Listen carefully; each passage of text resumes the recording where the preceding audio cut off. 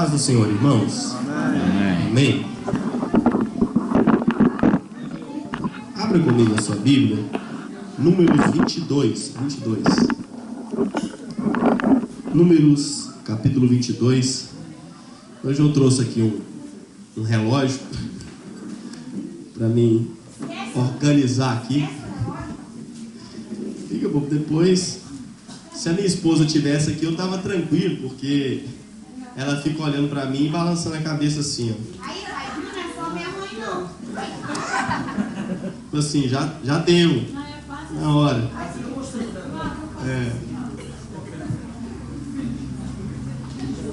Aqui hoje eu estou tranquilo, porque pelo menos ela já vinha já sabendo a organização, da quantidade de administração. Lá na igreja, quando eu vou dar uma sequência de estudos, uma sequência de pregação acerca de algum livro ou algum tema, e aí estou preparando a mensagem, ela vira e fala assim, aí eu começo a preocupar, que ela vira e fala assim, hoje eu sei de novo. Aí eu começo a preocupar, assim, Números capítulo 22. Nós estamos tratando o tema, qual é o tema? Moldados para servir. Moldados para servir.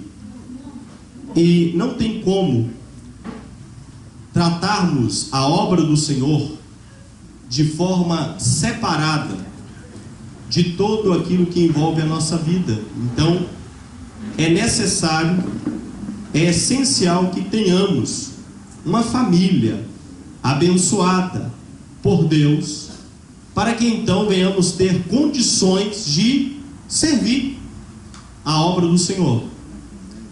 Pastor Zé Albino, pastor, já deve ter lidado com algumas situações onde as pessoas chegam na igreja e arrumam problemas na igreja, estão insatisfeitas com alguma coisa, e aí quando você vai conversar, você vai entender que na verdade o problema não é ali na igreja. Aquela pessoa está com um problema em casa, um problema familiar, e ela vai ali, ela quer, às vezes, já está chateada, que em casa as coisas não resolvem, e ela acaba desabafando ali na igreja. Já aconteceu muitas vezes lidar com situações assim. Então nós precisamos de ter um lar, uma casa, uma família abençoada por Deus, debaixo das bênçãos de Deus, para que então venhamos servir, para que sejamos moldados e venhamos servir a Deus e a seu propósito. É sobre isso que nós queremos tratar nesta manhã. Encontraram Números 22? Pode ficar sentado, nós vamos fazer uma leitura bem extensa, e eu vou lendo e eu vou parando, e nós vamos lendo e conversando acerca do texto. Depois partiram os filhos de Israel e acamparam-se nas campinas de Moabe, desta banda do Jordão de Jericó.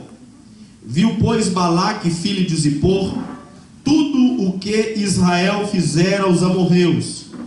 E Moabe temeu muito diante deste povo, porque era muito. E Moabe andava angustiado por causa dos filhos de Israel. Pelo que Moabe disse aos anciãos dos midianitas: agora lamberá esta congregação tudo quanto houver ao redor de nós, como o boi lambe a erva do campo. Naquele tempo Balaque, filho de Zippor, era rei dos Moabitas. Este enviou mensageiros a Balaão, filho de Beor, a Petor, que está junto ao rio, na terra dos filhos do seu povo, a chamá-lo, dizendo: eis que um povo saiu do Egito, e eis que cobre a face da terra, e parado está defronte de mim. Vem, pois, agora, rogo-te, amaldiçoa este povo, pois mais poderoso é do que eu, para ver se o poderei ferir e o lançarei fora da terra, porque eu sei que a quem tu abençoares será abençoado, e a quem tu amaldiçoares será amaldiçoado. Preste atenção. Eu vou aqui ganhar tempo, eu não vou ler todo o texto, nós vamos ler algumas partes, para a gente ganhar tempo. E aqui eu não vou explicar também, entrar nos todos os detalhes acerca de quem era Balaão. Eu vou chamá-lo aqui nessa noite de um profeta, porque nós teríamos que estudar um pouco mais acerca desse conceito aqui da vida de Balaão, para a gente discutir acerca desse homem, Balaão. E eu vou chamá-lo de profeta Balaão.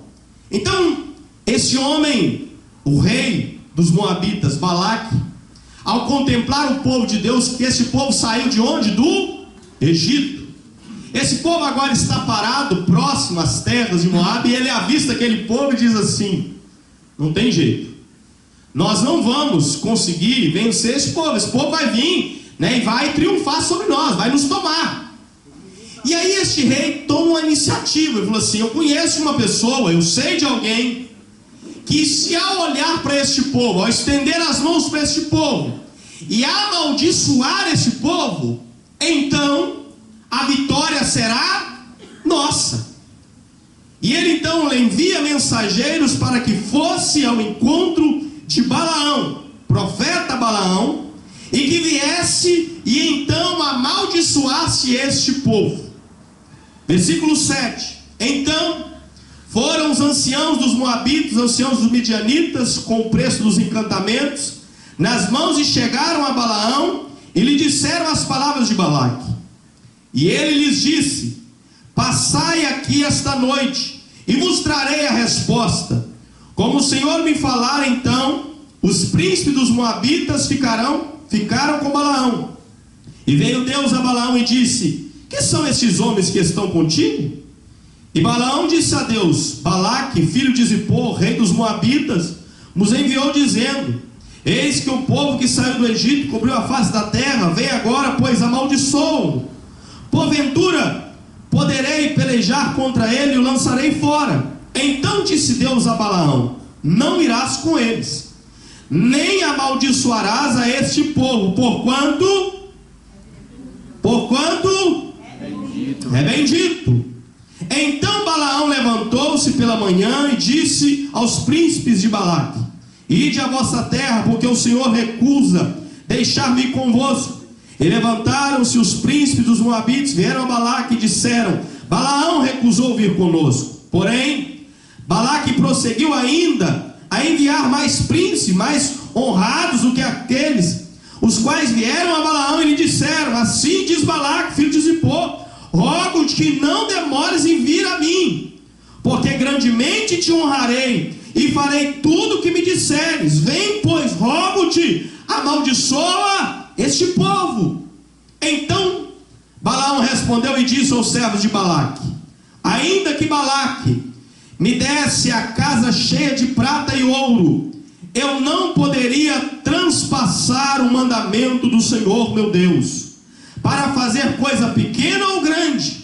Agora, pois, rogo-vos que também aqui fiquei esta noite, para que eu saiba o que o Senhor me dirá mais. Veio, pois, o Senhor a Balaão de noite e disse: se aqueles homens te vieram chamar, levanta-te, vai com eles. Todavia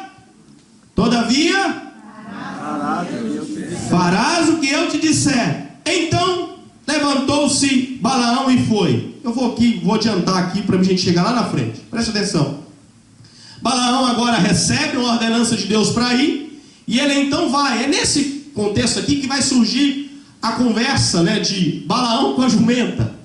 Balaão está indo, e aí o texto vai dizer no versículo 32 que o coração de Balaão estava perverso diante do Senhor. Ora que nos textos que nós acabamos de ler, Balaão está querendo saber qual é a vontade de Deus. E aí veja só, o Balaque está enviando muitos bens, era o rei dos Moabitas, está enviando muito ouro, está enviando as pessoas mais importantes do reino para ir ao encontro de Balaão. E aí ele vira para ele e fala assim: olha, o que você me pedir, eu vou fazer. Tão somente eu preciso que você lance uma palavra e amaldiçoa este povo.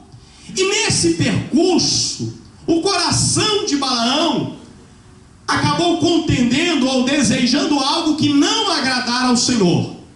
Nós conhecemos a narrativa onde o anjo vai, de certa forma, cercar a jumenta, e aí ele começa a bater e a chicotear a jumenta, até que Deus usa a jumenta para falar com ele. Por que você está fazendo isso comigo? Deus então abre os olhos, Deus então vai falar com ele, e então traz novamente uma mensagem para ele: você vai, mas você vai dizer apenas aquilo que eu te disser. E então Balaão vai. Agora, vamos lá ao versículo 36. Ouvindo, pois, Balaque que Balaão vinha, saiu-lhe ao encontro até a cidade de Moabe, que está no termo de Arnon, na extremidade do termo dele. E Balaque disse a Balaão: porventura não enviei diligentemente a chamar-te? Por que não vieste a mim? Não posso eu, na verdade, honrar-te? Então Balaão disse a Balaque: eis que eu tenho vindo a ti. Porventura poderei eu agora de alguma forma fazer alguma coisa? A palavra de Deus que Deus puser na minha boca, esta falarei. Então Balaão foi com Balaque e vieram a Quiriate-Uzote.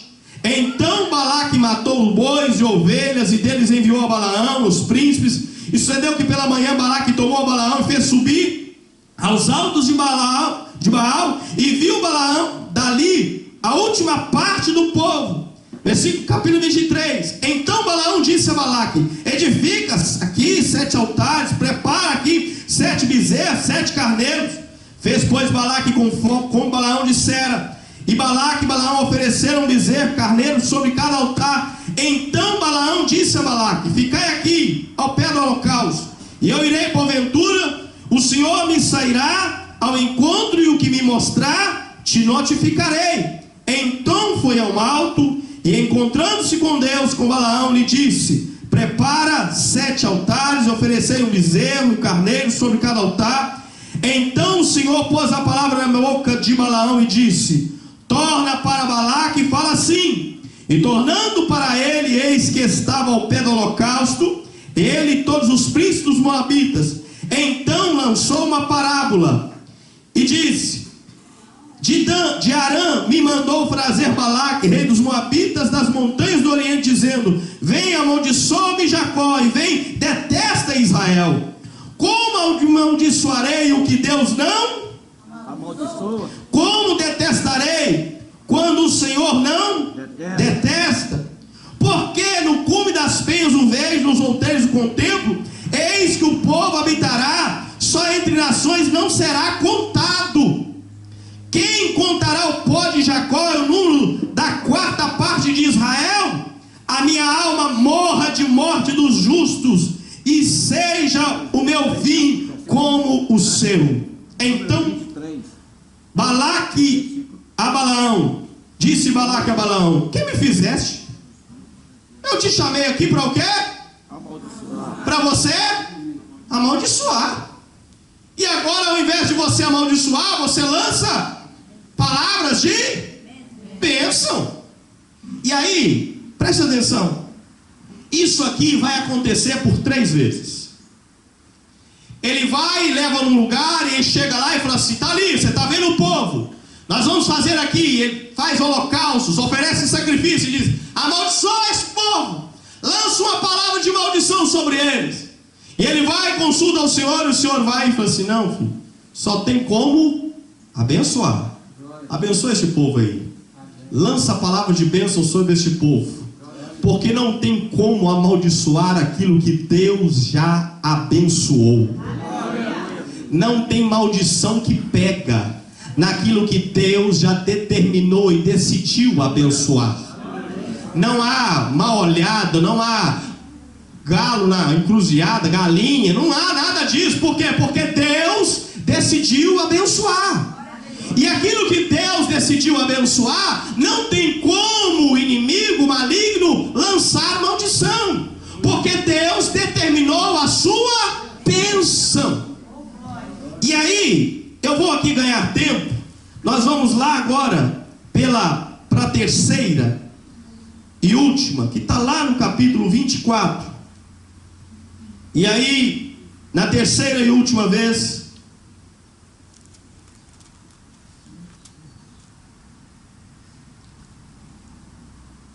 diz assim, capítulo 24, eu vou ler aqui a partir do versículo 9. Essa é a terceira vez que ele vai querer que ele abençoe, amaldiçoe o povo, leva ele no terceiro monte. E aí ele vai virar e falar assim, olha, versículo 9 do capítulo 24. Encurvou-se e deitou-se como leão e como leoa. Quem o despertará? Bendito os que te abençoarem. Malditos que Balaque, ao escutar aquilo, falou assim, não tem jeito. Estou perdendo meu tempo com esse profeta. Ele fica tão revoltado, versículo 9, 10 vai dizer assim, olha, então a ira de Balaque se acendeu contra Balaão, e ele bateu, as suas palmas, e Balaque disse a Balaão, para amaldiçoar os meus inimigos te tenho chamado, porém já agora 3 vezes o abençoastes inteiramente. Ele vira e fala assim, muito bem, ele está aplaudindo ironicamente, parabéns, senhor Balaão, muito bem, está batendo palma, eu te trouxe aqui, era para você amaldiçoar esse povo, eu estou aqui oferecendo sacrifício, leva você no monte, leva você no segundo, leva você no terceiro monte, e você só abençoa, você só lança palavras de bênção com este povo, eu te trouxe aqui, foi para você amaldiçoar. E agora a terceira vez, você abençoa eles inteiramente. Ele chegou até a propor para ele, você vai ver numa das propostas, professor, amaldiçoa eles parcialmente, não abençoa totalmente, nem amaldiçoa totalmente, fica no meio termo. Mas Balaão diz, olha, não tem como, não tem jeito. E aqui ele está dizendo, olha, na terceira vez ele vai dizer e vai enfatizar, para abençoar, tenho que abençoar esse povo, porque aqueles que abençoar serão benditos, e malditos serão os que amaldiçoarem. Eu não tenho como amaldiçoar este povo pela terceira vez.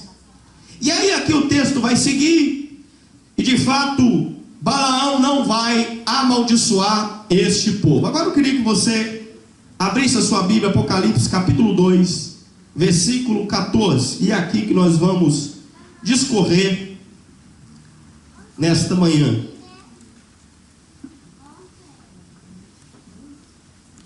Apocalipse capítulo 2, versículo 14. Apocalipse são cartas que Jesus vai revelar a João, para que João escrevesse essas cartas às 7 igrejas da Ásia.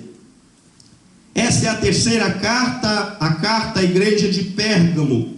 O versículo 14 diz assim, quem está dizendo é Jesus. Jesus está dizendo assim, olha, mas umas poucas coisas tenho contra ti, porque tens lá os que seguem a doutrina de Balaão, o qual ensinava Balaque a lançar tropeços diante dos filhos de Israel, para que comessem dos sacrifícios de idolatria e se prostituíssem.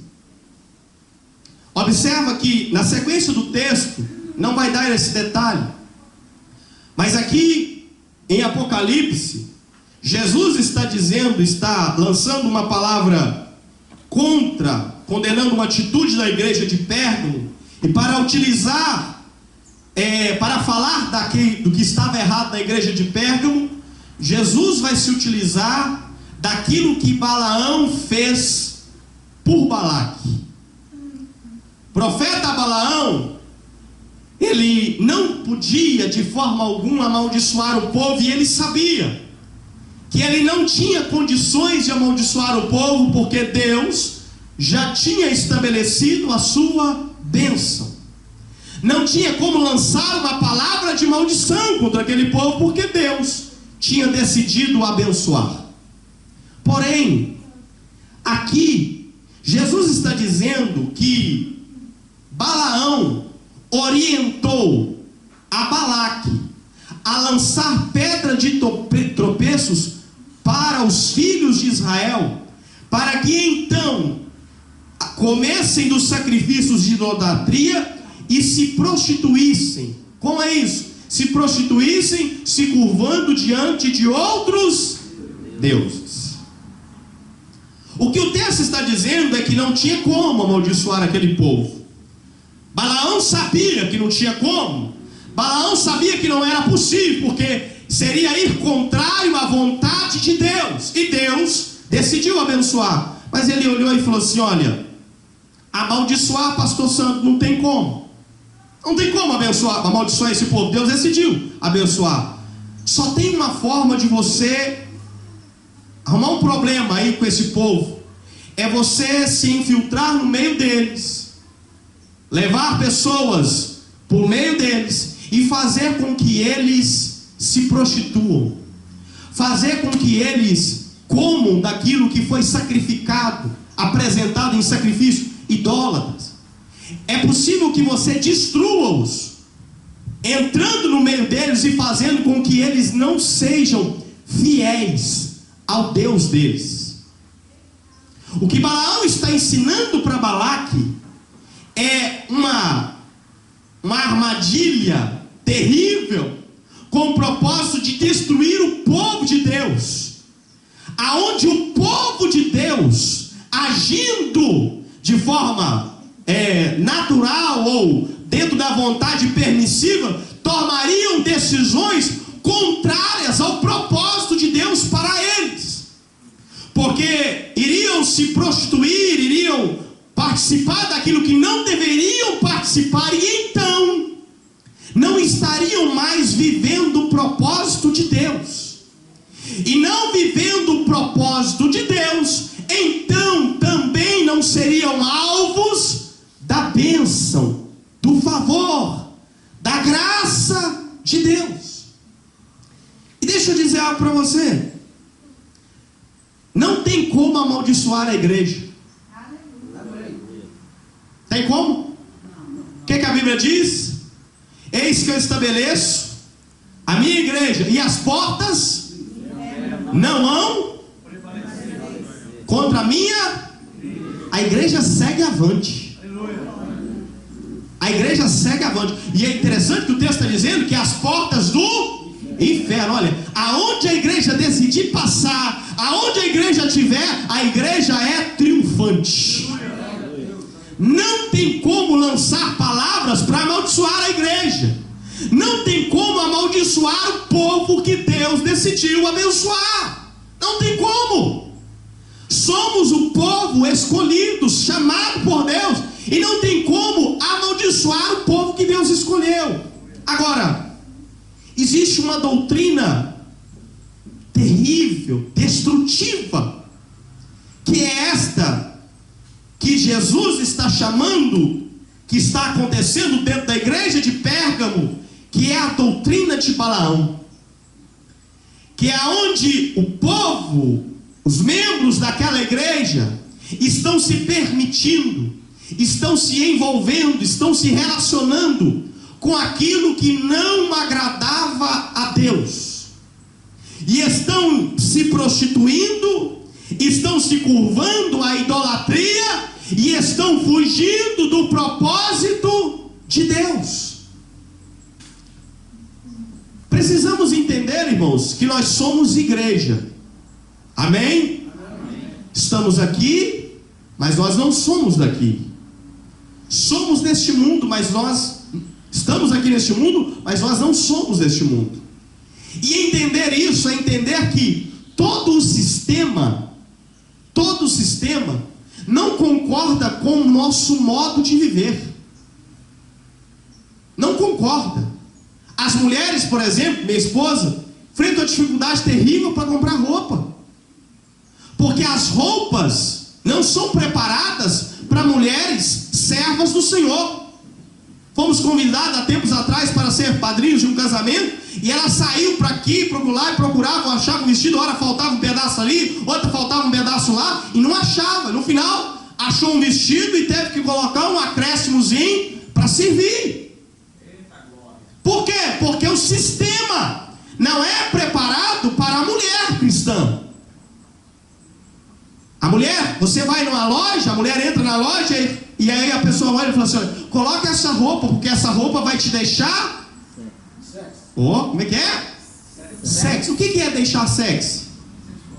Deixar você desejada sexualmente. Como é que uma mulher, uma serva do Senhor, vai usar uma roupa, vai se portar com uma roupa, a não ser no âmbito conjugal? Porque aí sim, no âmbito conjugal, o âmbito conjugal. E Deus que fez isso para ser desfrutado no âmbito conjugal. Agora, fora disso, como é que você vai usar uma roupa para ser desejada ou desejado sexualmente na rua? Porque o sistema não é preparado para você. Você tem que ir contra o sistema. É interessante ver, por exemplo, alguém virar e falar assim: agora vai vir uma novela aí, já viram? A novela aí vai ter, diz que vai ter um negócio de bruxaria e tal. Crente não vai assistir essa novela. Acho até engraçado isso. E aí passa até nas redes sociais os irmãos fazendo uma revolta, né? Porque, puxa, agora, fazendo uma novela aí. Como é que são as novelas? Quantos problemas nós temos na igreja? Problemas na igreja por causa das redes sociais. Se hoje eu pudesse criar uma doutrina, eu ia proibir crente de ter celular, de ter televisão. Televisão não é um problema, ter celular e ter computador. Que é isso, pastor? Não tem base bíblica para isso não, viu, irmãos? Só estou falando do perigo que é, do prejuízo que isso tem causado. Eu tenho tratado de casos na igreja, não estou falando de apenas membros, não, já tratei casos de obreiros na igreja, com problemas sérios, por causa das redes sociais, por causa daquilo que vem assistindo e ocupando a sua mente. Pessoas que estão entrando em depressão dentro da igreja, porque não tem um filtro para saber o que deve e o que não deve assistir. Tudo que coloca diante dos seus olhos vai assistindo. Pastor, mas eu sei que a novela, pastor, aquilo não é realidade. Tudo bem, mas só faz sentido você assistir se você entender aquilo ali como algo real. Como algo real. Eu já vi casos de pessoas na nossa igreja, alguém pedindo oração para Deus tirar a maldade do coração de uma figurante, de uma pessoa lá de uma novela, que ela era má demais.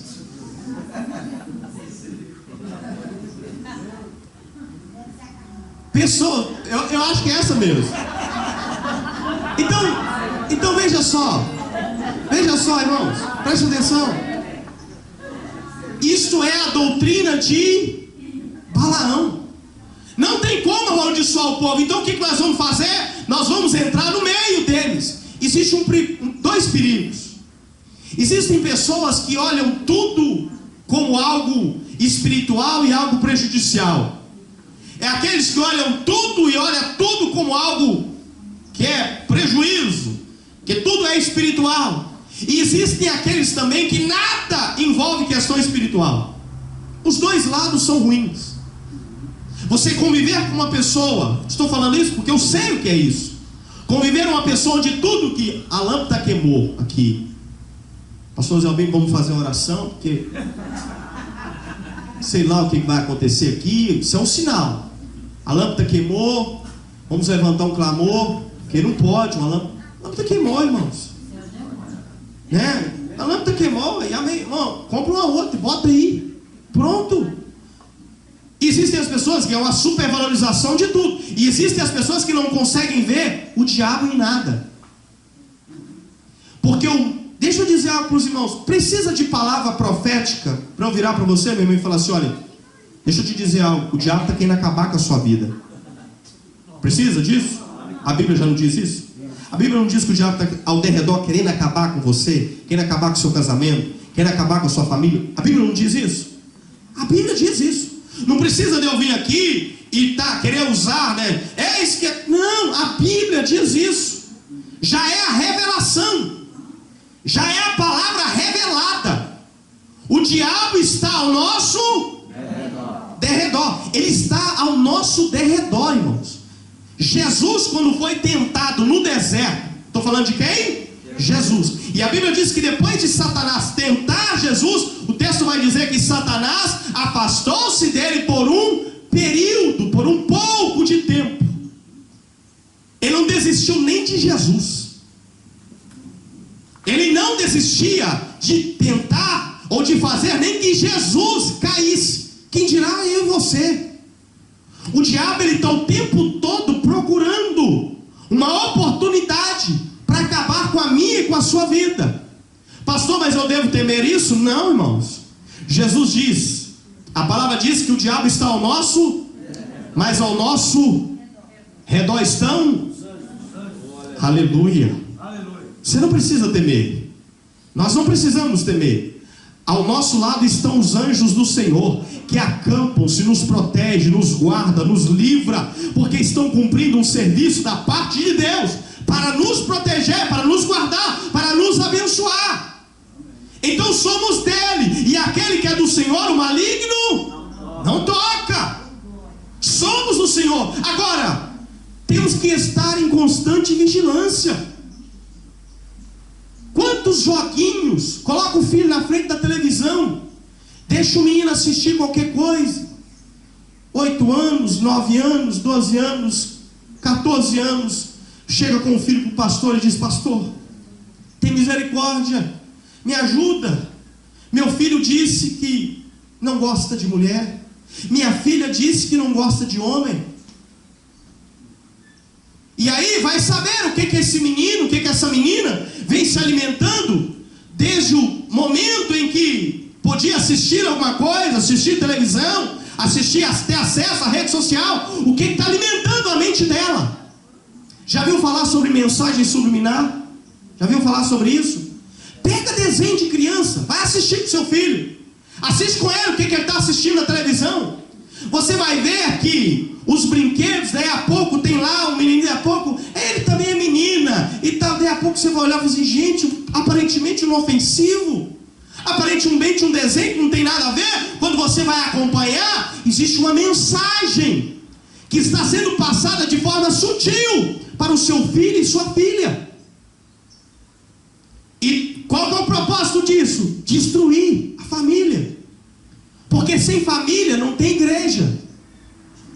A primeira instituição que Deus vai criar é a família. Sem família não tem igreja.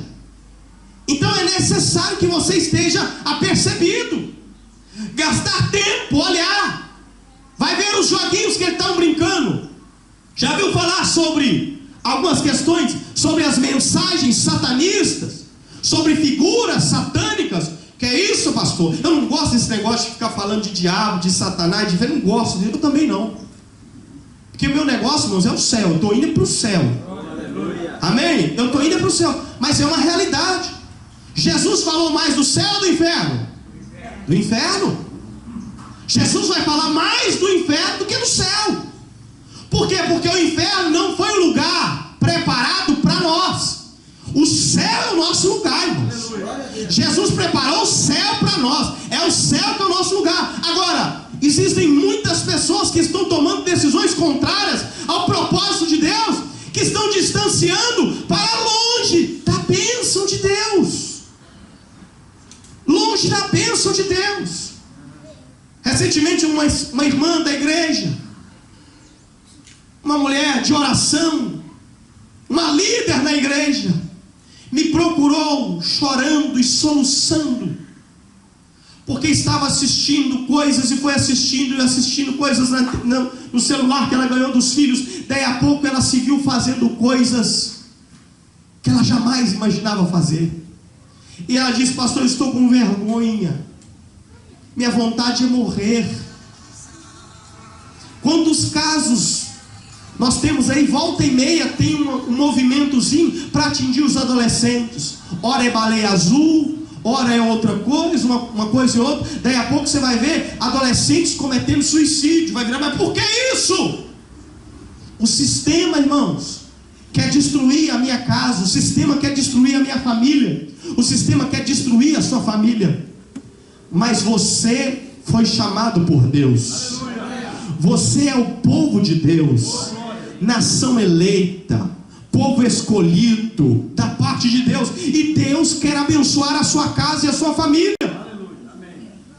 Tome decisões de vigília na sua casa. Tome decisões de cuidado. Você sabia que uma criança, até os 12 anos de idade, 70% do seu caráter já está sendo moldado, já foi moldado. Eu não vou levar não, Leocínio, não. Depois, né, é tão difícil lidar com criança na igreja. Meu menino é elétrico, meu menino para quieto, é difícil. Quando ele passar essa fase, aí sim eu levo.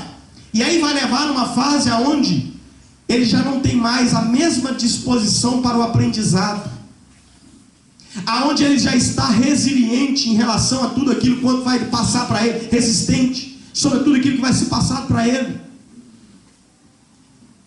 Você foi chamado por Deus. Então atenta para aquilo que quer destruir a sua casa e a sua família. O sistema está preparado para destruir, mas não tem como nos destruir, não tem como nos amaldiçoar, porque somos o povo chamado por Deus e abençoado por Ele. O salmista no Salmo 101, versículo 3, ele vai dizer assim: olha, não porei coisas más diante dos meus olhos, antes eu aborreço a ação daqueles que o fazem, nada se me pegará. Se você quer assistir aquilo que eu não assisto, o problema é você pode assistir. Agora eu não coloco coisa má diante dos meus olhos. Quantos casos nós temos na igreja de problemas de jovens, adolescentes, principalmente essa fase de busca, de descoberta, de onde são levados a querer assistir coisas obscuras e ocultas, coisas para depois. Vamos ver se você vai assistir, depois você vai dormir. Daí a pouco estão com sérios problemas. Sérios problemas. Casais, recentemente um casal já idoso. E aí veio me perguntar e dizendo: pastor, minha esposa gosta muito de assistir esses filmes assim, de terror. E eu percebo assim que a gente está tendo um grande problema lá em casa. O que o senhor nos aconselha? Eu falei: mas por que você assiste? Ela gosta e assim, ela vai assistir. E começou com o início assim de querer ultrapassar um temor que ela tinha em relação a esse assunto. E ela decidiu começar a assistir. E hoje nós estamos tendo problemas nesse sentido lá em casa. Mas por que você vai assistir algo do tipo? Qual que é o propósito disso? Daí a pouco aquela pessoa não quer mais estar na igreja, afasta-se da casa do Senhor, porque vai assistir tudo que passa, ele assiste. Começa a ter problemas de sono, e aí vai ter que procurar medicamentos, problemas de depressão, problemas de ansiedade, e por aí vai. E são pessoas que estão dentro da igreja, dentro da casa do Senhor, mas não atentam que todo o sistema concorda para a destruição da sua casa. Você vai assistir um canal de televisão, pouca coisa daquilo que se passa você pode assistir. Faça a seguinte pergunta quando for assistir alguma coisa: o que aquilo ali vai despertar no seu coração? O que aquilo que você está assistindo vai despertar no seu coração? Quanta coisa boa nós temos para assistir, quantos filmes bons nós temos para assistir. Os casados aí, quem já assistiu Prova de Fogo? Prova de Amor é fogo, né? Quem já assistiu? Fantástico, coisa linda. É ou não é verdade? Quem já assistiu Quarto de Guerra? Se você acabar aquele filme, se você não entrar para dentro do quarto para orar nem uns 5 minutos, você não entendeu nada daquele filme. É ou não é verdade? Você assiste Quarto de Guerra, você vira e fala assim: gente, eu preciso ter uma vida de oração, eu preciso de orar, eu preciso de lutar essas batalhas orando e confiando em Deus. É ou não é verdade? Tem tanta coisa boa, mas você precisa ser seletivo. Você tem que saber o que dá, o que não dá para assistir. Vai assistir um filme, chama a família toda. Assiste um filme com os filhos. Bota todo mundo, vai assistir todo mundo junto. Não coloca uma televisão no quarto. Bota um celular no menino de 8 anos, 9 anos e deixa ele. É o dele, é o telefone dele. Com acesso à internet para fazer o que quiser. Não controla não. Tem que assistir, tem que acompanhar. É seu filho. É sua filha. É sua responsabilidade. Isso é a doutrina de Balaão que se infiltra no meio da igreja. Meu tempo já acabou. Eu tenho acompanhado, irmãos. Eu tenho acompanhado, tenho lidado com muitas situações de problemas sérios, problemas conjugais. Recentemente eu fui tratar um caso de um obreiro da igreja, viciado em pornografia. E aí ele me procurou e disse: pastor, o meu caso é assim, assim, assim. E aí qual que é o problema? O problema é que aquele obreiro, ao invés de me procurar para falar do problema, da dificuldade, para que então orasse com ele, para que então ajudasse ele decidiu contar para a esposa. Decidiu contar para a esposa. Que é isso, pastor? O senhor é a favor de esconder a coisa da esposa do marido? Não, irmãos. Casamento, né? Mas neste caso, ele trouxe um problema sério, porque a esposa não queria mais ter relacionamento com ele. Porque ela disse que não conseguia mais saber se no momento ele estava de fato ali com ela e pensando nela, ou em tudo aquilo que ele acompanhava e assistia. E ela não conseguia mais. E eles estavam pensando em se separar. 2 filhos. Obreiro na casa do Senhor. Presbítero na igreja. Pregador na igreja. Excelente professor teológico. Era o meu professor de escola dominical, superintendente de escola dominical. Dava aulas frequentes nas terças-feiras para a igreja de estudo bíblico. E foi ele que me procurou para tratar esse problema, onde eles estavam pensando em separação. Por causa disso, por causa de não ser seletivo ou não atentar para os perigos, prejuízos. Então, irmão, isso é algo que vem para entrar no meio da igreja e destruir a igreja. Destruir o povo de Deus, dando legalidade para o diabo destruir a nossa vida. Porque o diabo não pode destruir a minha vida. O diabo não pode entrar na sua casa, destruir a sua casa. Mas a partir do momento que eu começo a alimentar o meu coração, alimentar a minha mente com aquilo que não agrada ao Senhor, eu fujo do propósito de Deus. Existe um jargão que a gente até diz, principalmente meio pentecostal, diz muito assim: olha, a oração move montanha, ou então move a mão. Não é isso que a oração faz, irmãos. Não é isso que a oração faz. A oração move, sabe quem? Me move. Porque a bênção de Deus está aqui, olha. Deus decidiu abençoar-nos. Deus quer nos abençoar. O diabo não consegue nos amaldiçoar. Então eu estando aqui debaixo da bênção de Deus, aonde eu estiver, Deus está me abençoando. E aí, por algum deslize, eu venho para cá, eu quero tomar a decisão de ir por aqui, mas eu quero continuar sendo abençoado por Deus. Mas a mão de Deus, a bênção de Deus está aqui. Eu quero ir para cá, mas aí a oração faz com que eu volte para cá e continue debaixo da bênção de Deus. A oração faz isso. Nós não oramos para Deus. A oração, quem precisa da oração, somos nós.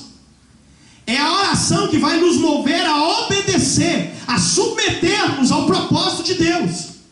E então, quando nós oramos, quando nós entregamos, nós sempre apresentamos ao Senhor: Pai nosso que estás no céu, santificado seja o teu nome, venha a nós o teu reino, seja feita.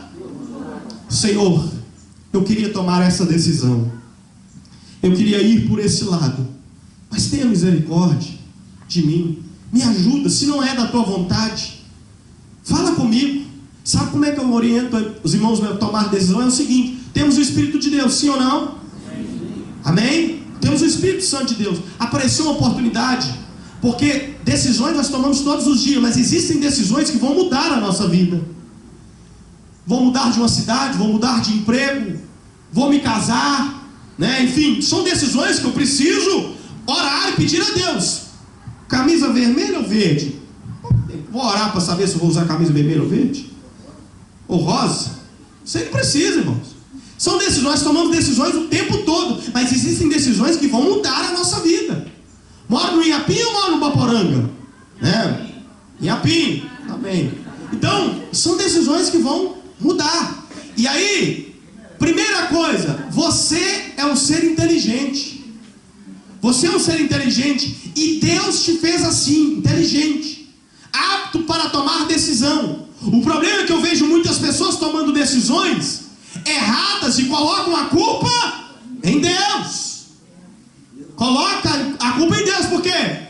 Não, Senhor, eu tomei a decisão, saí do emprego, mas tudo mostrava para ele que ele não devia tomar aquela decisão. E ele vai e toma, então, estou orando, estou fazendo campanha no monte, estou jejuando, estou assim. Mas meu filho, tudo te mostrava que você não podia, não devia tomar essa decisão. E aí, quando eu tomo a decisão, Senhor, eu vou mudar de emprego, fiz as contas, tudo mostra claramente. O correto é eu tomar essa decisão. Agora, Senhor, se não é da tua vontade, fala comigo. Fala comigo de forma clara. Fala comigo que não é para eu mudar. E Deus, irmãos, fala. Deus fala. Deus fala. Eu recebi uma proposta uma vez para ir para o Triângulo Mineiro. Eu ia ganhar, na época, só na carteira era mais de 10 salários mínimos.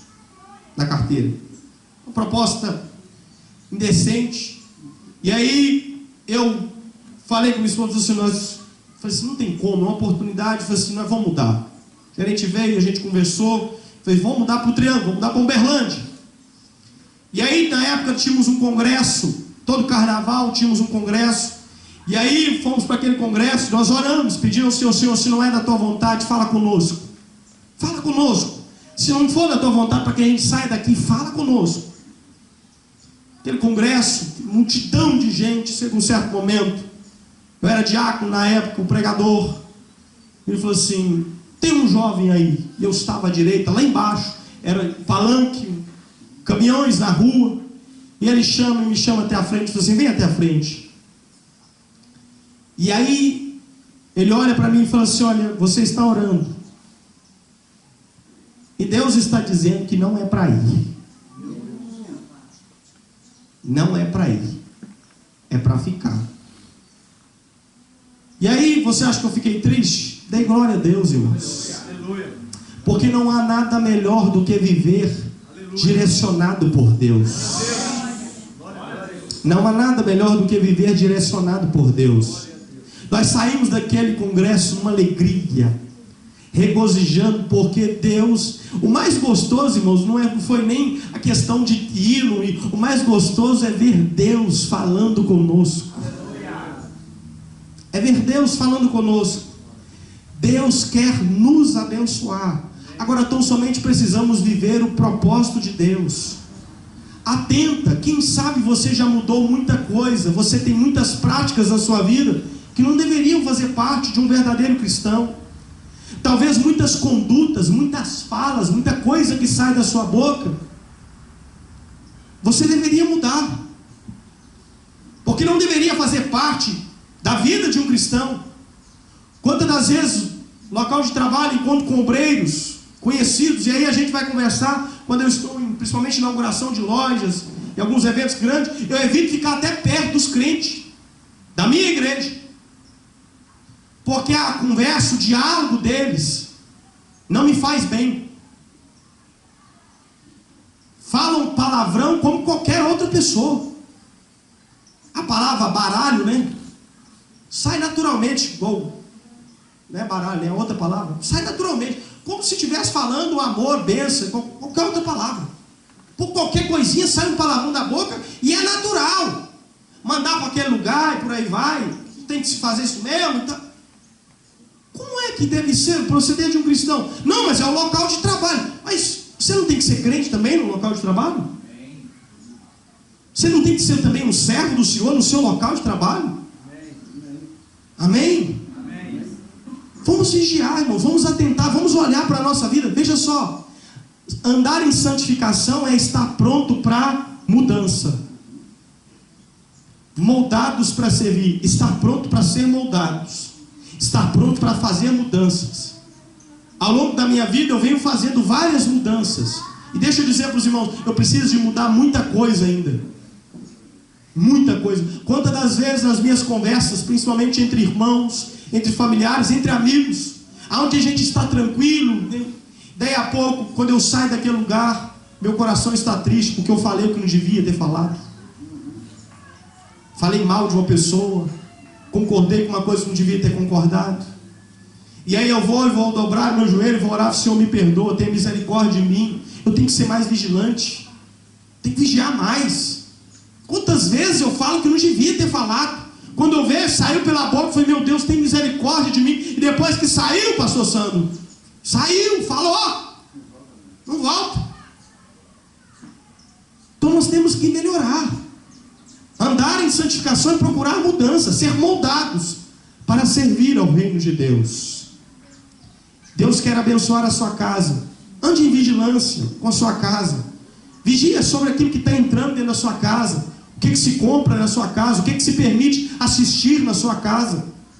A sua casa é um local aonde Deus também quer e precisa fazer morada. A igreja tem que ser uma extensão do culto que já acontece na sua casa. Na sua casa. Na sua casa é lugar de adoração, na sua casa é lugar de culto, na sua casa Deus faz morada na sua casa. Deus faz morada. Meu tempo agora já foi muito, passou 10 minutos. Vamos de pé, quero fazer uma oração com os irmãos. Aleluia. Glórias ao Senhor. Glórias ao Senhor. Glórias ao Senhor. Glórias ao Senhor. Deixa eu dizer para os irmãos algo. Nós estamos vivendo um tempo de tanta, onde o número de homossexuais tem se tornado às vezes tão grande. E aí as pessoas viram e falam assim: pastor, será que, igual por exemplo, há pouco tempo atrás nós tivemos um pastor batista que foi até expulso da convenção batista, por dizer que a Bíblia precisava de ter mudanças. Precisava de ter mudanças na Bíblia.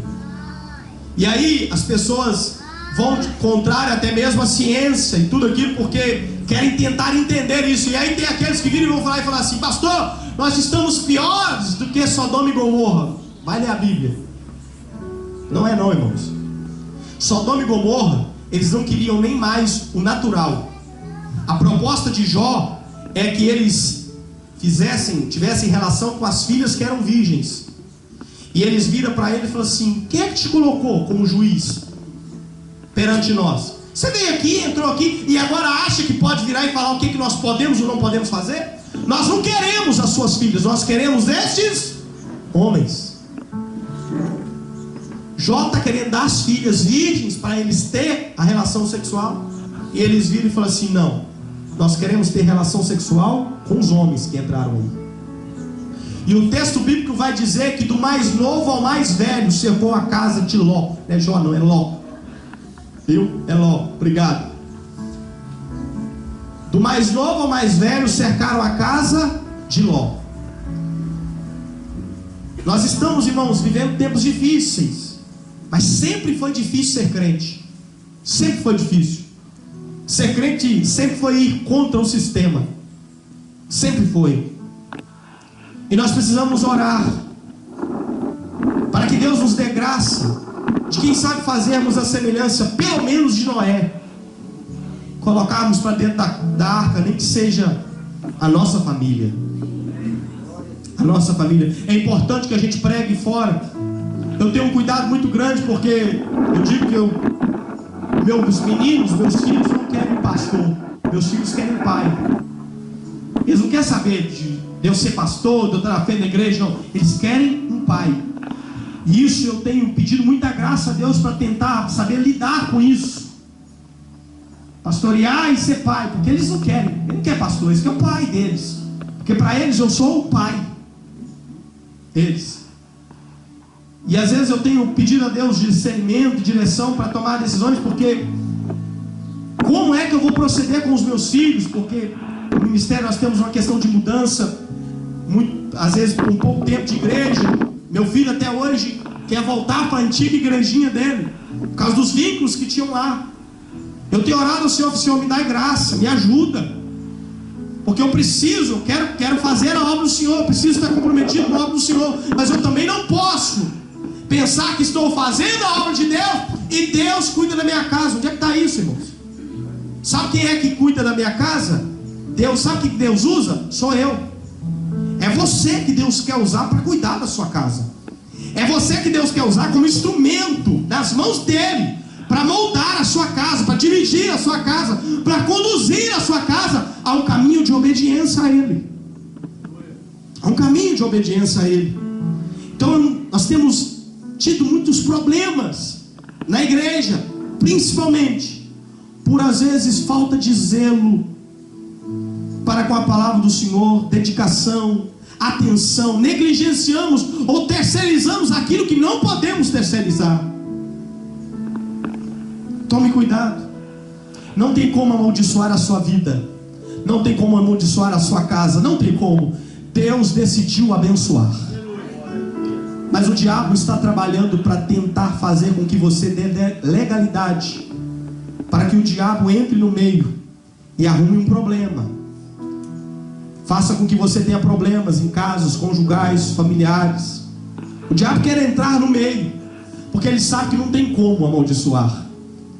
Mas nesta manhã, o Senhor nos trouxe aqui para abrir os nossos olhos, para falar conosco, para nos dispormos e levantarmos a bandeira e dizer: em nome de Jesus, Deus vai me dar graça. Vai ser difícil, eu vou ter que trabalhar muito mais, vou ter que me doar muito mais, mas Deus vai me dar graça. A minha casa é projeto de Deus, é bênção de Deus.